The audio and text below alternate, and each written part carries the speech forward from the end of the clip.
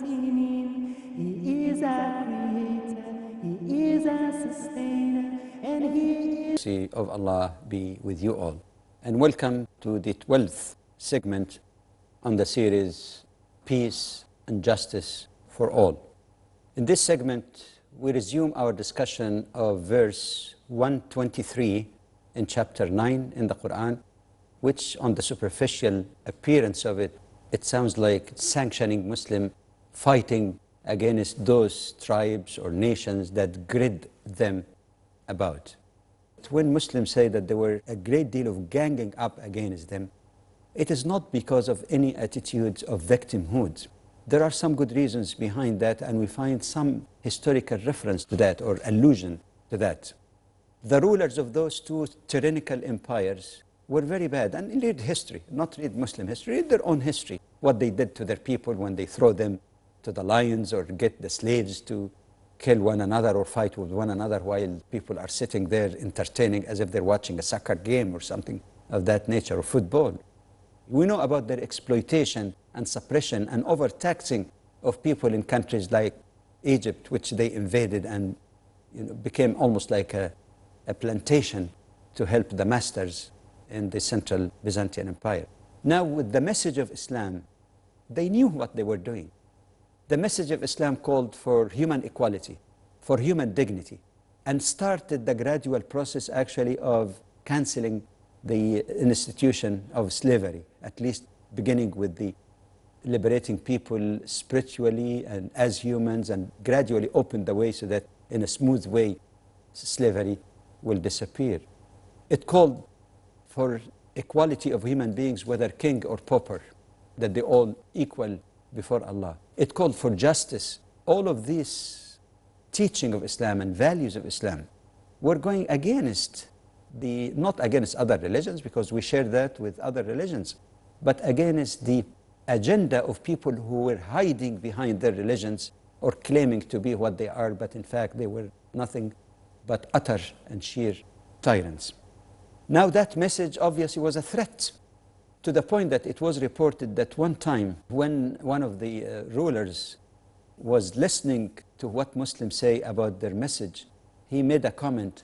He says, those guys are instigating our slaves against us. What he means instigating, not to violence, that now the slaves, the people who are oppressed in society, if that religion is spread here and say, no, we are all equal, no, we demand justice, that would threaten the very vested interests of those rulers. And by the way, it wasn't only limited to the Persians or Byzantines, the two big empires. There have been statements made also by some of the chiefs of Arabs themselves, of the tribe of the Prophet, that they feared also this kind of equality and justice and human dignity that Islam proclaimed. But now, this analysis so far has been on the historical context of that verse. But again, the other most important context that we always need to look at is the textual context. And again, if we say that this verse meaning fight your neighbors forever, like the other verse, it means again that Islam is a message of constant war until the day of judgment, contrary to what has been said before.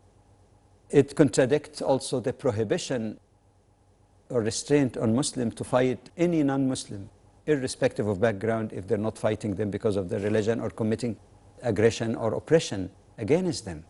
But I'd like to add one more point. Some people might say, but shouldn't Muslims have waited until the Byzantine army marched towards Medina? I think if you ask any nation, leader of any nation, or not only military, even political, and you get an army already close to you with hostile attitudes that were shown before, including murder of your followers, and you sit there like a sitting duck until they arrive and surround you from all areas, I don't think that anyone would come up with that crazy strategy. And sincere, not created, not manufactured, sincere preemptive strike is absolutely necessary for the safety of the community. And in fact, the marching of the Prophet and his followers to Tabuk gladly did not result in a battle, but apparently they were scared. In one interpretation, they dispersed and the army aborted its march or possible aggression against the Muslim community. Not only this, at that time, you didn't have international bodies. You don't apply the setting of the world in the 21st century and apply it to the 7th century. The world was like a jungle at the time. You don't have an international bodies to say, all right, but we have a resolution that the Byzantine army should withdraw or should do this or do that. There was nothing like this. In the middle of that jungle, if you don't protect yourself, nobody will. If you don't take measures, which means not even limiting yourself to a particular campaign, but to realize the two dangers that are surrounding you that could strike at any time without any restraint of international law and international bodies and all of that. And that justified, in fact, in the early days, that they should really bring those two tyrannical empires to a halt. They were not fighting people as people. They were fighting tyranny by those empires. That's why they marched to Egypt, even though, like I said, the Egyptian Coptic leader was quite courteous with Muslims. They were not fighting him, and as I mentioned in a previous segment, the Copts were welcoming Muslims actually as liberators, because not liberators in the sense that we hear in the modern days when people claim to be liberators and they're going to kill and destroy and so on. No, they indeed found Muslims meeting more justice and more peace. And again, I refer to Thomas Arnold's book, The Preachings of Islam. So maybe some in today's criteria, if you say, all right, but why did they go also to open, quote unquote, the proper term, open countries that were under Persian Empire or Byzantine Empire? No, that was a sort of aggression in the waiting. Aggression in the waiting. They have to get rid of that danger and let people choose whether they want to be Muslim or not. That was the situation in the world they lived. Not only circumstances that led to political decision on Muslim rulers, because again, Muslim rulers could be right or wrong. And yes, we have to admit there may be campaigns in later times that were not necessarily motivated by the criteria of Islam. This could be an aberration. But these were very legitimate things. When we speak about danger threatening people, actually it's in three types. Either a response to a previous aggression, or a current aggression, or an imminent kind of aggression. An imminent in the circumstances of the 7th century, yes it was. And there's no way around it, unless if Muslim took a docile attitude towards that, Islam would have been buried a few years after the death of the Prophet, peace be upon him. Now, but it still doesn't answer one question.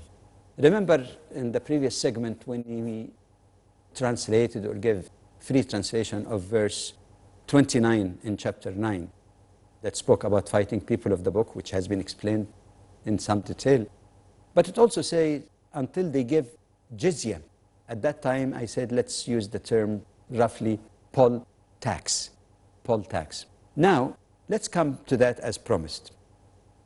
What exactly is that so-called jizya as it appears in the Quran? What could be a better translation of it, if any? And if we can't even have a better translation, what is exactly is the concept of jizya? Is it punishment for people because they refuse to be Muslims? Is it a bribe to them to become Muslims? Is it exploitation and overtaxing them like tyrannical empires before Islam did? Let's get into that after this break. We'll see you, inshallah. I feel the peace inside of me. Assalamu alaikum wa rahmatullah, and welcome back. Before the break, we introduced, just in the very beginning, the concept of jizya, what it means. Is it a bribe to people who are not Muslim to accept Islam to avoid paying jizya? Is it a punishment for them because they refuse to accept Islam? Is it exploiting them as citizens just like previous tyrannical empires did? What is the story about jizya? Is it making them second-class citizens? The answer is far from truth. To start with, the very term jizya in Arabic comes from jaza, meaning something in return for something. It's not a derogatory term in itself, literally. What does it mean? It means that if, for example, a particular part of the world at that time, like Egypt or some of the countries in North Africa, came under the rule of Islam, or at least I should say rule of Muslims. Muslims and Islam are not identical. The rule of Muslims, for example. According to Islamic law, all citizens living under Muslim rule are entitled to all the services of the state. They're entitled to what we call today social security. And we have an example, a beautiful example, that goes back even to the second caliph after Prophet Muhammad sallallahu alaihi wasallam, Umar, the son of Khattab, when it was reported that one time he was walking in one of the streets of Medina and he found an old Jew begging, and he asked him, why you're begging? And he says, I became too old, I can't work now and earn a living. Umar was so much touched that it brought to his attention the obligation of the Muslim ruler toward minorities, irrespective of their faith background. And he called on what we call today the Secretary of the Treasury. That's called Amin Baytul Mal, the Secretary of the Treasury. And he said, we have taken jizya, notice here, we have taken jizya or poll tax, whatever you call it, from him when he was young, and how could we neglect him when he's old? Go around and find any person like that, any person who's in need, and make sure that they have a stipend, a regular stipend from the Muslim treasury in order to protect their dignity. This is the most beautiful example of jizya from jaza. In return for what you pay by way of poll tax, in return for that, you're getting the services of the state, social security, policing, as we call it today, internal security, defense. And as you know, defense take a budget. Even if there is no war, you have to be ready in any eventuality. But the question here is this: how could the state, any state, past or present, finance building of roads, hospitals, social security, police, defense, you name it? How would you get that? In modern states, we say, all right, all citizens equally pay tax. That's how you get the money. You don't just get service without obligation. Now, the question here is this. Muslims are supposed to pay zakah, okay, which is actually 2.5% not of income, but of assets, zakatable assets. There is some exemption from assets like your personal home or car, but it is more than what people think when you say only 2.5%. It's not 2.5% of income, of zakatable assets, and that is paid each and every year. Now, is it really fair that citizens of other faith communities who do not believe in Islam get all the benefit but contribute nothing for defense? And in the case of defense even, Islam does not allow Muslims to force non-Muslim to enlist in the army. They could volunteer, but they cannot force them. You know why? It is even more sensitivity to their feeling that even though it may be a bona fide defense of the whole community, Muslim, Jews, Christians, anybody else, like we have in modern states, yet since Muslims fighting is limited by the concept of jihad that we mentioned before, it has some religious connotation in terms of the limits that the religion sets for that defense. So it's okay for non-Muslims to participate, but out of sensitivity to their feelings, since it's called jihad, not just war or fighting, it avoided forcing them to fight in a cause that they may not be totally sure about. And that raises a similar question. Some people say, but number one, isn't that a sort of pressure on non-Muslim communities to pay that jizya, to accept Islam, or to bribe them? Bribe in a sense of, say, you become a Muslim, you'll not pay jizya. The answer is that this assumption is utterly irrational. Utterly irrational. It doesn't make any sense. In fact, if a non-Muslim accepts Islam, he will be paying normally more than jizya, more than the jizya. He will be paying zakah. So what is the bribe and what's the punishment? In fact, in most cases, zakah is much bigger even than the poll tax or jizya that non-Muslims pay. There is no bribe, there is no, punishment for accepting or not accepting Islam. But then some people say, all right, that's fair enough.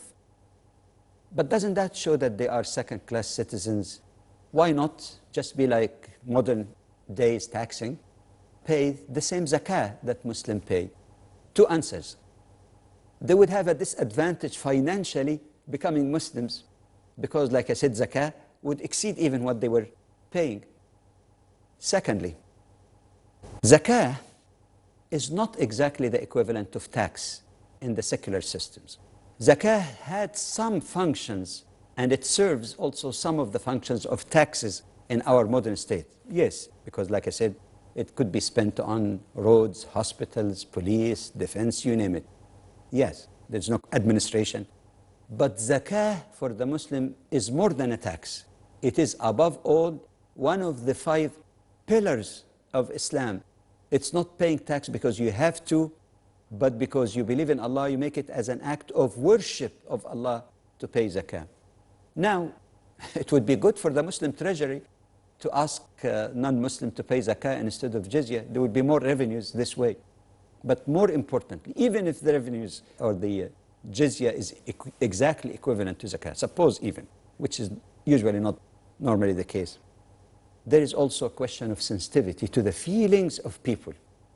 If you tell a Christian, okay, pay zakah like your Muslim brother, or to a Jew or Hindu, he says, zakah is your concept.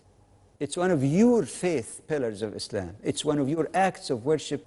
I don't feel comfortable, because you're almost like thrusting an alien concept upon me. I'm willing to contribute as a citizen, but I don't like this zakah.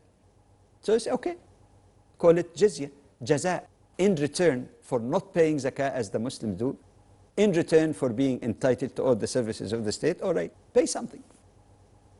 A poll tax or whatever you can call it. This is one of the most amazing issues that has been put upside down and reversed in some writings and by some people to say that Islam makes second-class citizens, Islam oppresses financially those who are not Muslim. To prove the point that this is not just a speculation or theory, during the reign of the second caliph, Umar, radiallahu anhu, some Arab tribes even hated the word jizya. They didn't like it. They considered it to be not very good for them. So they don't want to pay zakah. They don't want to call it even jizya. You know what Umar did?